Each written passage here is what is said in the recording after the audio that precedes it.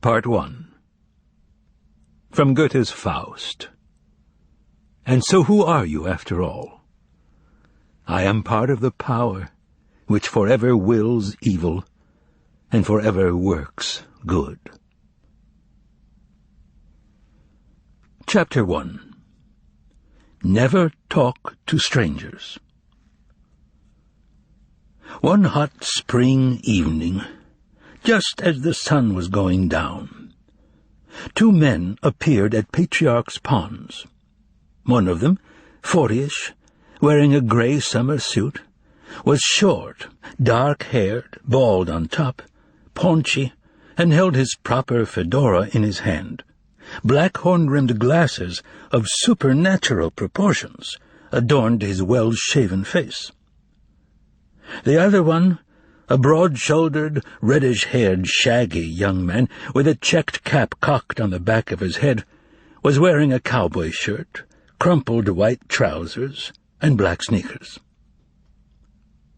The first man was none other than Mikhail Alexandrovich Berlioz, editor of a literary magazine and chairman of the board of one of Moscow's largest literary associations, known by its acronym, Masolit.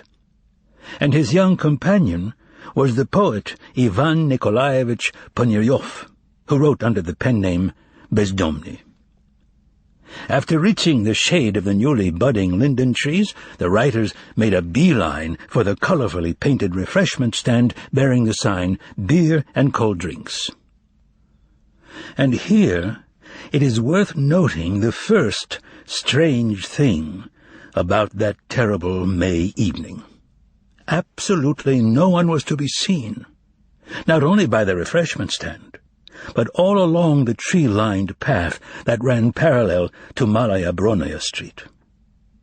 At a time when no one, it seemed, had the strength to breathe, when the sun had left Moscow scorched to a crisp and was collapsing in a dry haze somewhere behind the Sadovaya Ring, no one came out to walk under the lindens, or to sit down on a bench, and the path was deserted. "Give me some Narzan water," said Berlioz. "There isn't any," replied the woman at the refreshment stand, taking umbrage for some reason. "Got any beer?" inquired Bezdomny in a hoarse voice. "The beer will be delivered later," the woman answered. "So what have you got?" asked Berlioz. "Apricot juice. Only it's warm," said the woman. "Well, give us that then." The apricot juice generated an abundance of yellow foam, and the air started smelling like a barber shop. The writers drank it down and immediately began hiccuping, paid their money, and went over and sat down on a bench facing the pond with their backs to Bronaya Street. Here, the second strange thing happened, which affected Berlioz alone. He suddenly stopped hiccuping, his heart pounded, and stopped beating for a second, then started up again, but with a blunt needle lodged inside it.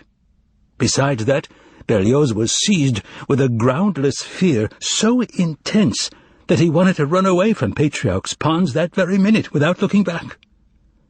Berlioz looked around miserably, not knowing what had frightened him. He turned pale, wiped his forehead with a handkerchief, and thought, "What's wrong with me? This has never happened before. My heart's playing tricks on me. I'm overtired. Maybe it's time to throw everything to the devil and go off to Kislovodsk." And then the hot air congealed in front of him, and out of it materialized a transparent man of most bizarre appearance. A small head with a jockey cap, a skimpy little checked jacket that was made out of air.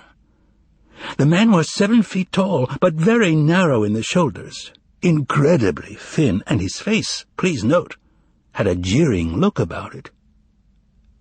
Berlioz's life was so arranged that he was unaccustomed to unusual happenings. He turned even paler, opened his eyes wide, and, in a state of confusion, thought, "This can't be." But alas, it was. and the tall, transparent man swayed from left to right in front of him without touching the ground.